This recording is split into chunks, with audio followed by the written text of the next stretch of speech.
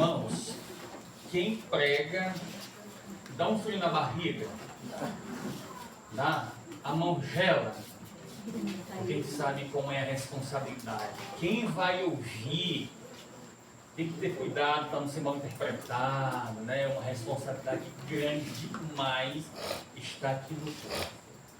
Mas nesse momento eu convido os meus irmãos a abrirem a palavra de vocês no livro de Êxodo. Êxodo, capítulo 12. Glória a Deus. A gente vai ler alguns versos do capítulo 12 de Êxodo.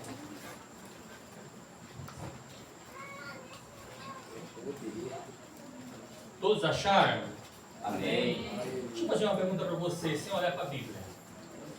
Aqui só tem olho dito. Qual foi a nona praga que aconteceu no Egito? Sem pescar. Qual foi a nona? Eu vou ajudar você. Hã? As trevas. Uma pergunta, uma afirmação. Afirmação. Qual foi a 10ª? A morte do primogênito. Morte. Ok. Toda honra e toda glória seja dada ao Senhor. Foi a escuridão que houve no Egito. Nós vamos estudar o capítulo 12 de Êxodo. Vamos lá comigo? Verso 1 do capítulo 12. E falou o Senhor a Moisés e Arão na terra do Egito, dizendo: este mesmo mês vos será um princípio dos meses, e este vos será o primeiro dos meses do ano. Falai a toda a congregação de Israel, dizendo: ao 10 deste mês, tome cada um para si o quê? Segundo as casas dos pais, um cordeiro para cada. Verso 5: o cordeiro ou o cabrito será o quê? Sem defeito. Um macho de 1 ano, o qual tomareis das ovelhas ou das cabras. 6: e guardareis até o 14º dia deste mês, e todo o ajuntamento da congregação de Israel o sacrificará. 7: e tomarão do sangue e pô-la-ão em ambas as obreiras e nas vegas da porta, nas casas em que comerem. Verso 11: assim, pois, comereis vossos lombos cingidos, os vossos sapatos nos pés e o vosso cajado na mão. Só uma pergunta: o que significa cajado? Justiça. Mais alguma coisa? Para homens, o que serve um cajado? Guiar. Hã? Para guiar. Conduzir o que mais? Conduzir. A gente vai descobrir. Vamos para o verso 12. O cajado, né? Continuando o verso 11, desculpa. E comereis apressadamente, esta é a Páscoa do Senhor. E eu passarei pela terra do Egito esta noite, e ferirei todo o primogênito na terra do Egito, desde os homens até os animais. E em todos os deuses do Egito farei juízos. Eu sou o Senhor. E aquele sangue vos será por sinal aonde?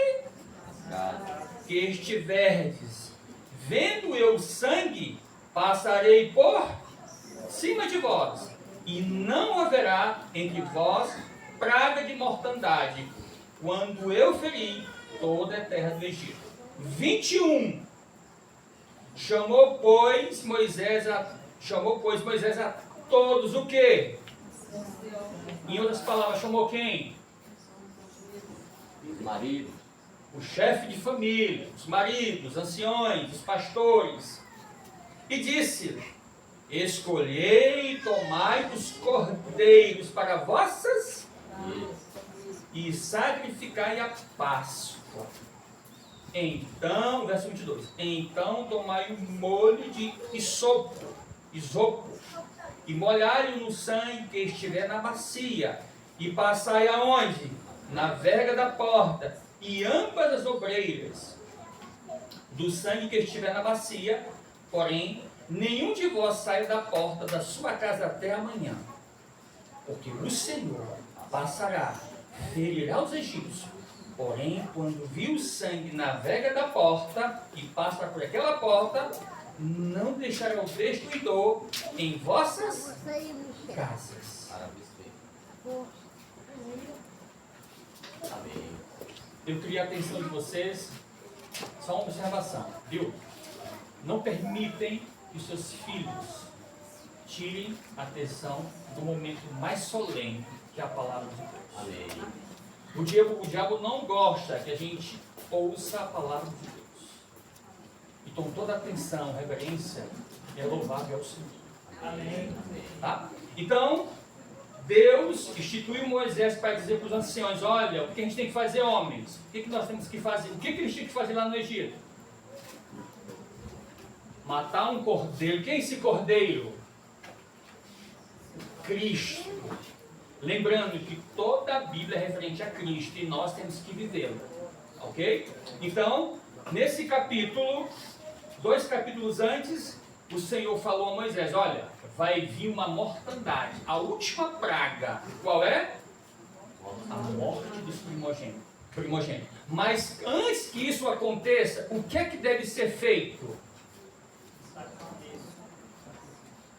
Nós, homens, temos que organizar os nossos lares. Esses homens, Moisés seguiu na íntegra o que o Senhor mandou que eles fizessem. O Senhor disse, olha, faça isso. E eles fizeram. Mataram um cordeiro, pegaram esse sangue, colocaram numa bacia e colocaram aonde? Sabe o que significa? É que a minha casa está protegida pelo Senhor. Amém. Por isso que o hino fala, Senhor, abençoa este.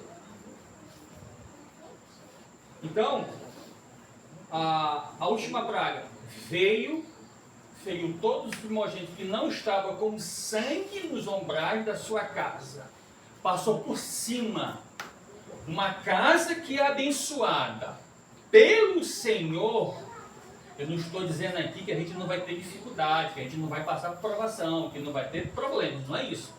Mas eu quero dizer para vocês, quando Cristo está no nosso lar, no nosso meio, nós estamos blindados pelo Senhor. Amém. Amém. Por isso eu convido vocês novamente lá para Efésios, capítulo 5. Efésios, capítulo 5.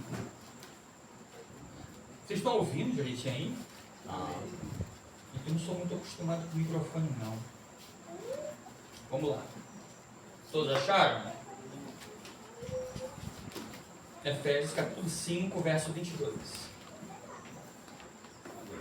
Acho que alguns já entenderam qual é o sentido aqui da mensagem quando nós vamos ler esses textos. Todos acharam? Eu queria que uma mulher lesse para mim esse verso 22. As mulheres sejam submissas ao seu marido como ao Senhor. É bonito, né? Para um homem ver uma mensagem dessa. Mulher, seja submissa a mim. Está escrito. Não é? É bonito? Vocês gostam de ouvir essa palavra? Seja submissa. Está aqui escrito. Mas no final, o que é que o texto diz? No Senhor. É no Senhor que as mulheres têm que ser submissas. Se o homem não for um homem temente a Deus, e ela não está quebrando o princípio, tá? Ela não tem como ser obediente a nós. Continuando. O verso 23 diz o seguinte: porque o marido é o quê? De quem? Nós homens devemos ser o quê? A cabeça. Nós é que temos que guiar a nossa família. Nós é que temos que meter o peito e deixar o pipoco acontecer. E nada acontecer com ela. A responsabilidade de ser um homem não é apenas colocar o pão físico dentro de casa. Não é apenas colocar a vestimenta física, o calçado. Quem desse fosse só isso, eu acho que 90% ou 95% estavam salvos. Mas quando a gente olha para a Bíblia e vê que não é só isso, é muito mais coisa do que nós imaginamos. O que foi que Cristo fez para a sua igreja? Morreu. Nós homens estamos dispostos a morrer realmente pelas nossas esposas. Quantos homens estão casados? Quantos homens são casados aqui? Quantos? Eu não sabia. Quantos? Um? Só? Tem mais alguém casado? Ou que pretende casar? Irmãos, olha, a vida de um homem casado, e eu falo isso, eu acho que vocês concordam comigo, não é fácil. Porque muitas das vezes o humano quer prevalecer em cima das nossas esposas. Nós não queremos nos submeter a elas. Continuando. O verso 24. De sorte que, assim como a igreja está sujeita a Cristo. O que vocês entenderam? Assim como a igreja está sujeita a Cristo. Quem é que é a igreja? Quem é aqui essa igreja? Nós quem?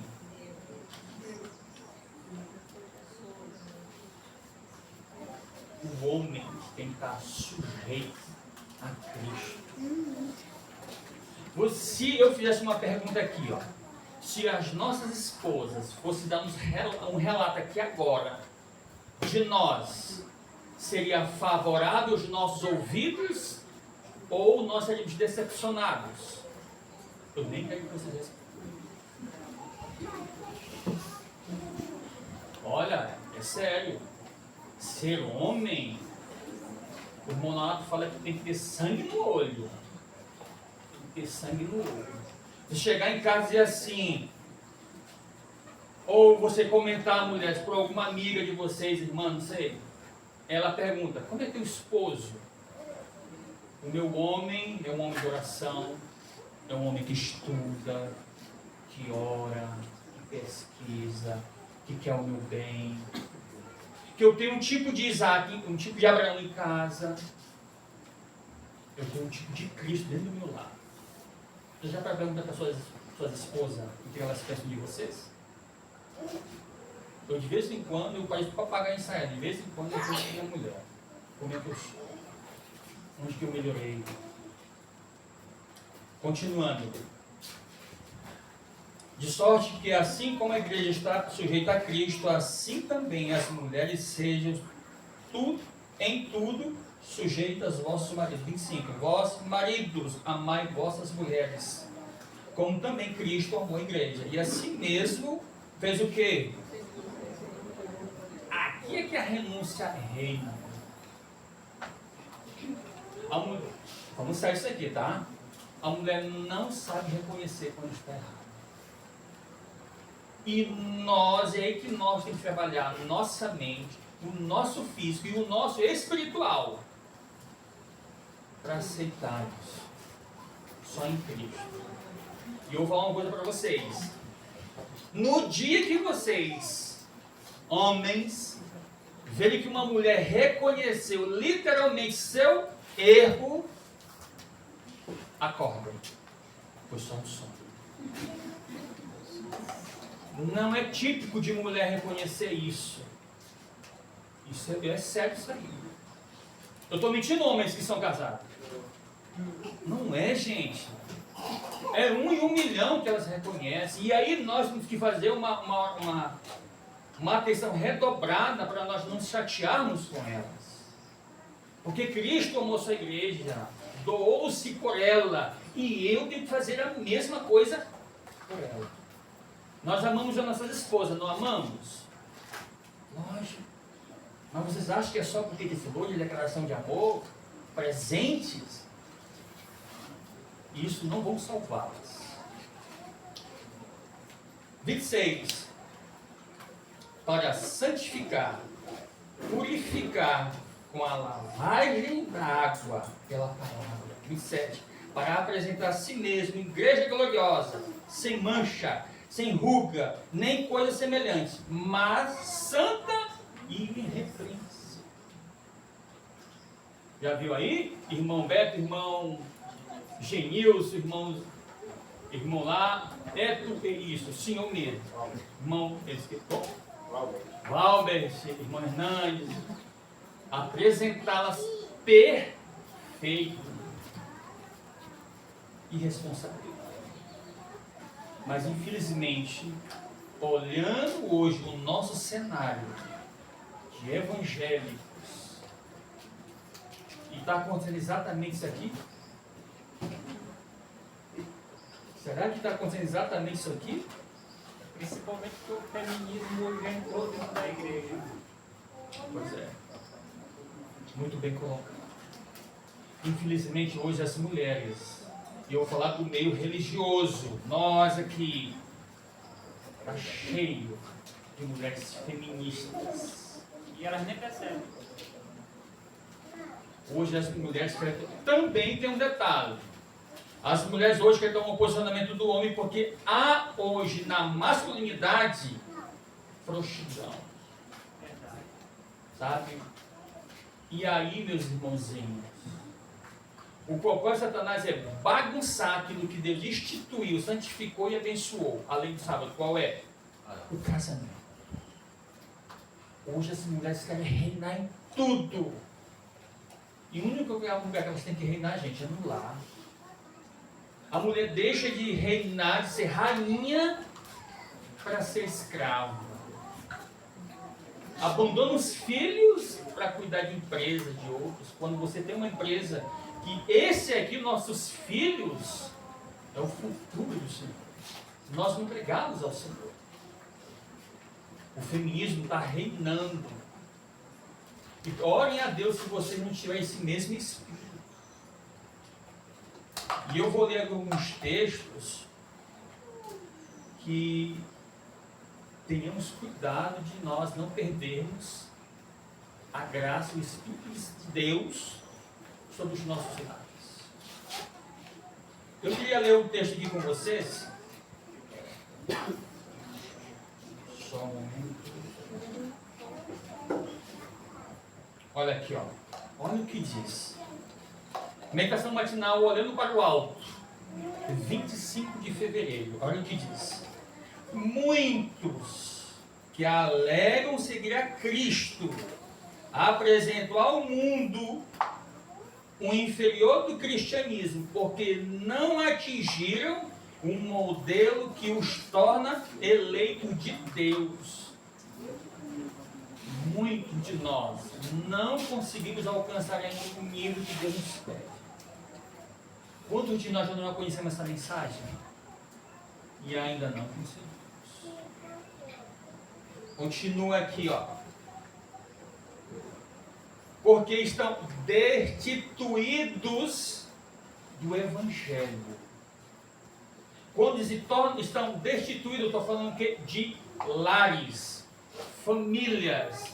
Os nossos lares estão destituídos do Evangelho. Eu pergunto, que Evangelho é esse? Em uma palavra. Cristo. Muitos de nossos lares não têm Cristo. E talvez nunca nem tiveram. Sabiam disso? Nunca nem tiveram. Continua assim, ó. É um servo infiel, pois vive e age num rebaixo plano de ação. A presença... Gente, eu vou conversar aqui, tá bom? Vocês estão me ouvindo? Tá, obrigado. Diz assim, ó. É um servo infiel, pois vive e age num rebaixado plano de ação. A presença de Cristo não sustém as suas representações espirituais, porque está em deformidade. Os nossos lares hoje podem estar deformados. E quem é o culpado disso? É as mulheres que querem ser feministas? É as crianças porque querem sair da igreja? É o pastor? É o ancião?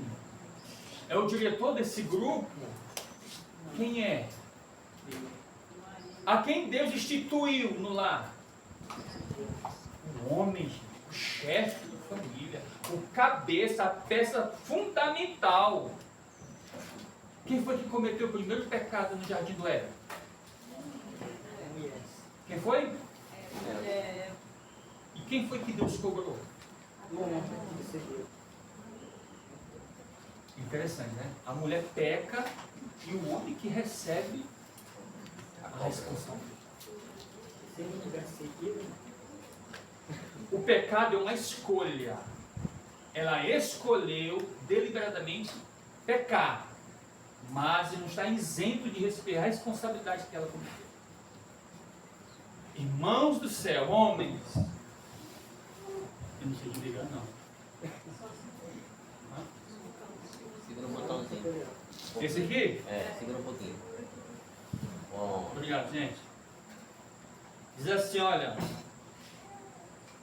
Cristo, a presença de Cristo, não o sustém e suas representações espirituais estão deformadas. Sua vida é uma farsa.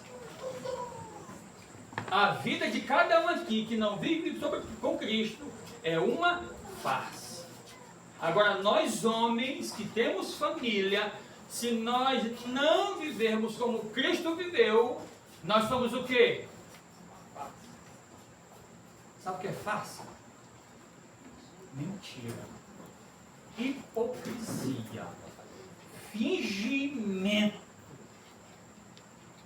É isso que nós somos, se nós tivermos em Deus. Se o meu lar não for um lar de oração, eu vou parar aqui. Eu visitei uma assembleiana e eu recebi uma lição de moral. E você sabe que a assembleiana come carne de porco, come de tudo. Mas olha o que eu ouvi, foi eu e minha esposa. Ela disse, irmão, eu gosto de orar. E eu entrei numa campanha de oração. Quando você vê um assembleiano falando isso, é porque gosta de orar. E eu visitei a assembleiano, assim, irmão, eu gosto de orar, gosto de orar. E eu estou nessa campanha já pelo filho que estava preso, saí de lá com minha esposa. Vamos fazer uma campanha de oração. Eu fui movido por uma assembleiana a estar orando. Você sabia que muitos dos nossos lares não oram? E a queda é certa. Mesmo sendo vegetariano, morando no campo, aquela história que a gente já sabe tudinho. Enquanto os outros que não moram no campo comem de tudo, eu não posso julgar um irmão que não conhece a verdade. O que eu posso fazer é respeitar. Lembre-se de liberdade de consciência. Ninguém aqui pode apontar o dedo para ninguém. Ninguém pode apontar o dedo. Mas nós devemos viver em oração. E aí lá em casa a gente ora 9, 12 e às 15 horas. Eu chamo meu rebanho, minha esposa e minha filha. Vamos orar. Ora sem oração não tem como uma família suportar o que está prestes a bater na nossa porta. E quando bater, se não tiver o sangue, vai acontecer o quê? Não adianta chorar depois. Não adianta. Por isso que os nossos lares é que vai dar o último. O último é o lar. Não é instituição, gente. É o lar que vai dar o último alto clamor a essa terra. Lares que se consagram, que oram a Deus, que pedem a Deus a presença do Espírito Santo. Amém. É eles. É por isso que o diabo está investindo no feminismo, está investindo em homens bananas, que cede tudo para não perder a mulher, para não perder o filho, cede o que o pastor diz. E aí o que acontece? Jesus é retirado e Satanás é aceito dentro do nosso lar. Está acontecendo muita separação no nosso meio. Muito, o divórcio está reinando. Aí continua se lendo, eu continuo lendo, e diz: espiritualmente estão mortos, porque não assimilaram a vontade de Deus. Meu irmão, já imaginou nossos lares mortos sem saber por que estão? A mulher de Pilatos disse assim para ele: não mexa com Cristo, não crucifica. Muitas das vezes, gente, Deus usa a nossa esposa para nos acordar. Já aconteceu isso com vocês? Gente, queria seguir um caminho, como é que estamos, minha mulher assim, o alfa, o ômega, ela está aborrecida. Aí ela diz assim: macho alfa, assim que ela te matar sangada aqui. Mas ela disse assim: não vai por aí. E é o que a gente tem que fazer? Ouvi-la. Deus está falando muito mais com as nossas esposas do que conosco. Porque queremos adquirir conhecimento para ensinar lá fora, mas não queremos para ensinar dentro do nosso lar. E aí os lindos, já sabemos o final. Olha, mais um texto que eu queria ler com vocês aqui. Minha consagração diz assim: olha, uma família bem... Esse texto vocês conhecem. Uma família bem ordenada. O que mais? Vocês não conhecem esse texto?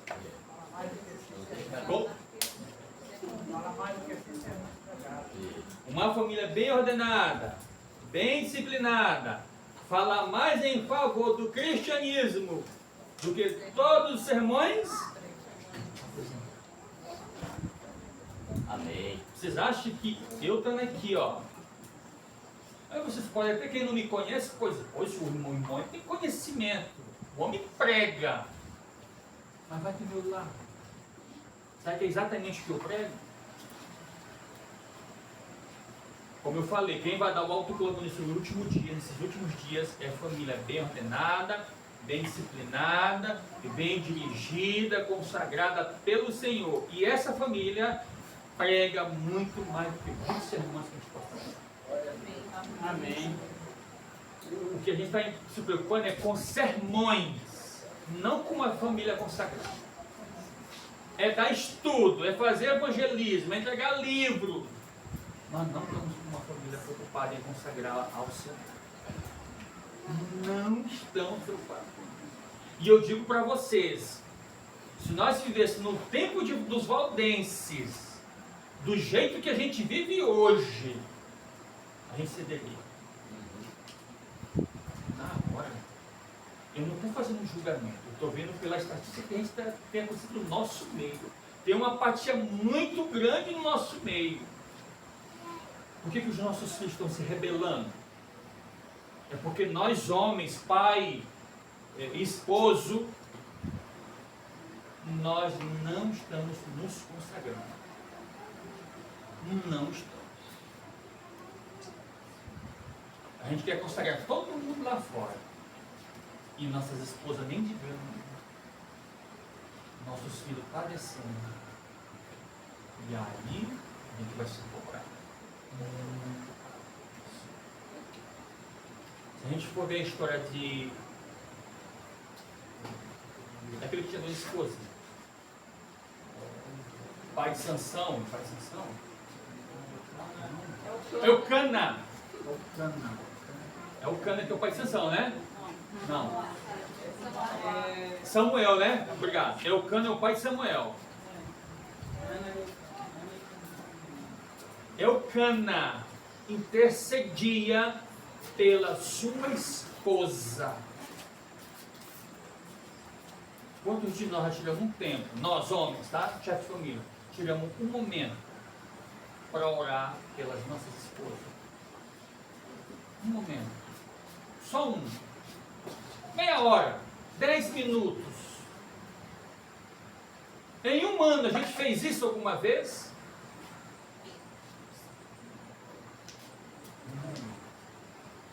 E eu tenho me cobrado muito isso. Às vezes quando eu vou sair do trabalho, eu fico meditando, Senhor, proteja minha mulher.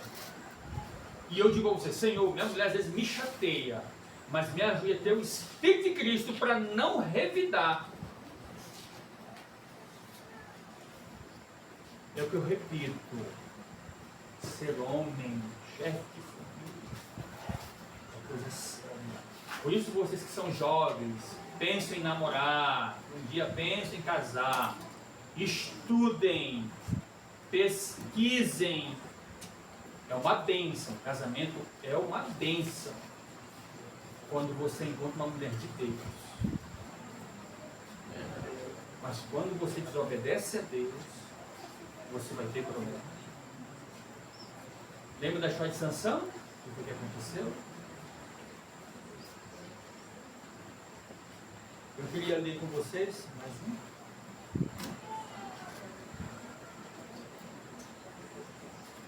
Conselho sobre saúde, conselho sobre regime alimentar. Vi que nós, como um povo, precisamos fazer um movimento de progresso nesta grande obra. Você sabe qual é o movimento que nós temos que fazer aqui? A reforma que nós temos que fazer é uma reforma interior. Amém. Aqui nós conhecemos a mensagem de reforma de saúde, não conhecemos? Todo mundo aqui conhece já? Eu acho que a maioria já fez uma reforma de saúde. E eu entendi que a reforma de saúde salvava alguém. Eu entendi que mudar para o campo era a ponte de salvação. Não é. Eu entendi que é Cristo que vai mudar o meu interior. A reforma que eu tenho que fazer é no meu interior. Não é deixar de comer carne. Não é para ir para o campo. É Cristo. Quando eu, Richardson, entendo que eu preciso assumir a minha responsabilidade de homem, de macho, Cristo vai habitar em mim, vai me dar entendimento, discernimento, e eu vou entender qual é o meu papel dentro do meu lar. Aí sim eu posso pregar o evangelho lá fora. Mas enquanto eu tiver nos tapas e beijo com minha mulher, eu não estou apto, não estou qualificado, estou destituído da graça e do evangelho para fazer qualquer obra lá fora. Entendemos isso? Vocês podem levar 100 almas para o reino dos céus. Mas as que vocês esqueceram, você não vai entrar no reino dos céus. A maior obra a ser pregada nesta terra começa onde? Dentro de casa. Paul Washer diz: o maior campo missionário começa dentro do lar. É lá que nós nos qualificamos. Nem para abrir a porta para falar de gente tem condição se nosso lar não estiver consagrado. Nem para abrir a porta. Mas aí Satanás coloca uma ideia torta na nossa mente. Vamos, que é o que mais tem feito no nosso meio aqui, entrega de livros. Gente, eu hoje entendo uma mensagem totalmente diferente. Mesmo entendendo a igreja. Eu aqui, no sábado, a minha esposa é desse lado dessa parede e eu é desse. E nossa filha no meio. Da estudo bíblico. O que é pior é que a hipocrisia que reinava. Chegava lá, todo mundo sentadinho, tal, estudando, passando. Terminava. Agora vai para o teu lado que eu vou para o meu.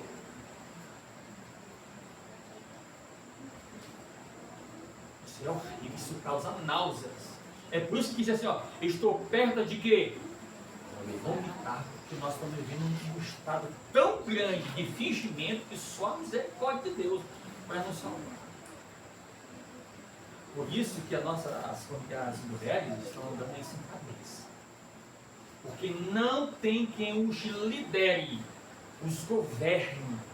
E o governar não é de impor, não. É de guiá-las. A mulher foi feita para ser conduzida, bajulada. E eu aprendi uma coisa, e eu falo isso para a glória de Deus. Antigamente eu não bajulava minha mulher, não. Hoje, bajulo demais. Bajulo. Porque isso mata o meu eu.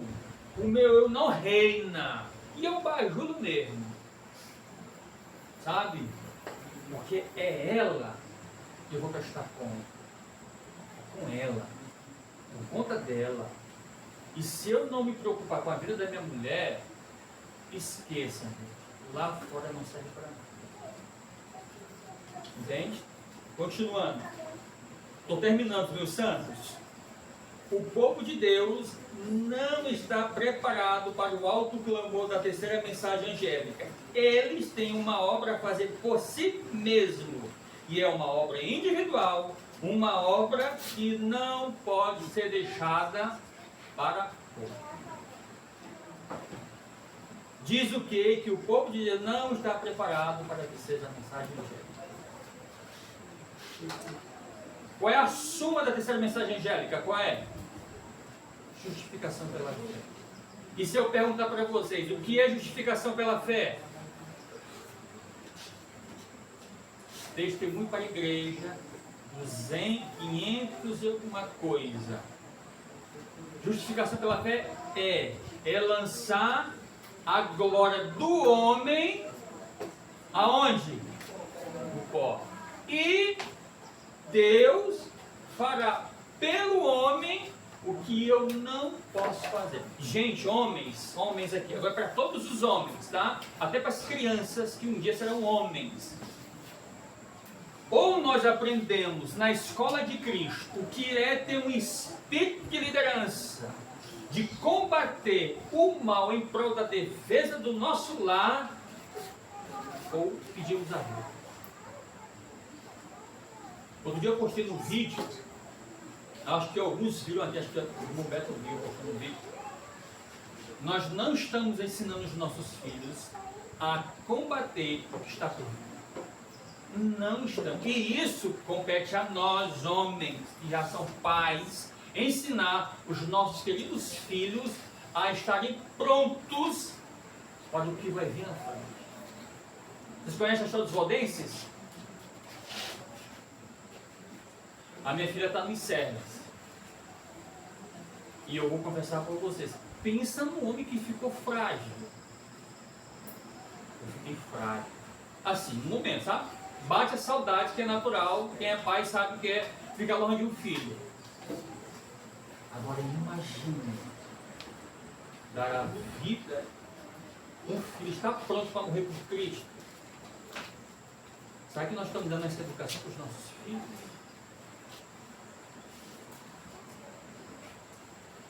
Olha, o que eu estou apresentando para vocês, eu não quero dar lição de moral em ninguém, pelo amor de Deus. Eu estou apresentando para vocês o que eu tenho estudado, e isso tem servido de lição para mim. Por favor, não leve ninguém aqui para o pessoal, tá? Olha só. Mente, caráter e personalidade. Porque como cristãos profetas, estamos tão misturados com o mundo a ponto de perdermos de vista a eternidade, a ponto de perdermos de vista Jesus Cristo e a ponto de perdermos de vista o Pai. Porque pergunto-vos, existem tantas famílias destituídas do Espírito de Deus. Por que está acontecendo isso conosco? O eu reina. Como é, irmão? Porque o eu reina para todo momento. O eu está reinando. O eu reina. Simplesmente isso. O eu tem quantas letras? O eu. Quantas? E qual é o poder desse eu, se não tiver Cristo? Irmãos, olha, eu não quero enfadá-los com muita leitura. Mas eu quero dizer uma coisa para vocês. Para todos nós. A família, ela é algo tão sagrado.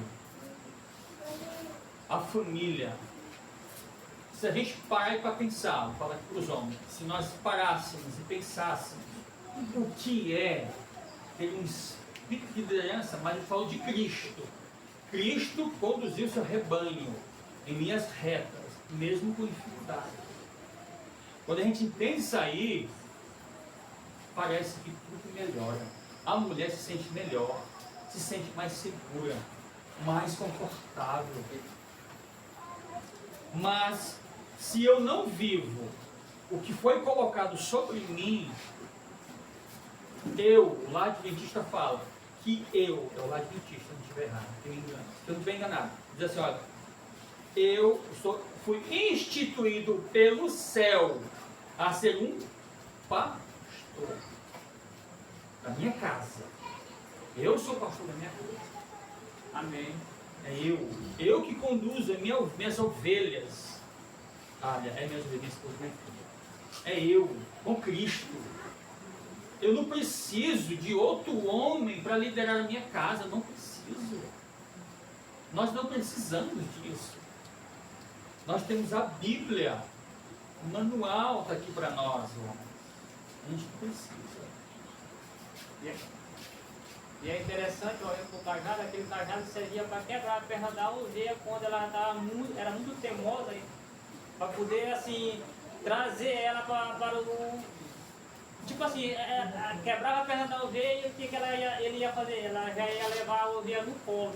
E o cajado significava exatamente para isso, entendeu? Pois é, eu ia chegar aí. Eu fiz a pergunta, o que é o cajado? Nós falamos guia, né? O cajado significa liderança. Só os homens podem ter esse cajado. Deus diz assim, olha, eu vou te dar esse cajado que é meu nas tuas mãos e você está,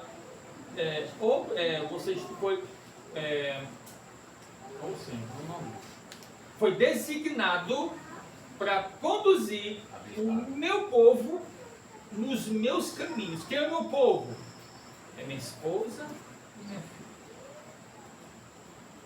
Nós vamos colocar sobre nossas mãos um cajado de liderança, conduzir o novo povo de Deus nos caminhos do Senhor. Mas tem aquela questão, se eles não quiserem seguir. Aí é uma questão de escolha. Os filhos de Samuel, olha quem foi Samuel. Samuel está salvo. No entanto, os seus filhos seguiram outros caminhos. Se os nossos filhos em fase adulta não querem seguir, lamentem. É uma escolha. Mas enquanto estão sob a nossa tutela, eles têm o dever de obedecer o que foi constituído no lar. Nós somos os legisladores do nosso lar. E eu tive conversando ontem com minha esposa. Minha mulher, ela disse que eu sou o acelerador e ela é o freio. Mas realmente é isso que acontece. Gente, o homem quer agir pelo impulso. A mulher não, vai mais pela razão. E aí ela freia o carro, não é assim? Por isso que Deus nos deu a mulher. Para guiar, para nos orientar, nos aconselhar. Entendem? Quanto os dois aceleradores? Deixa eu ler aqui um texto. Só esse texto que eu vou ler aqui com vocês, tá?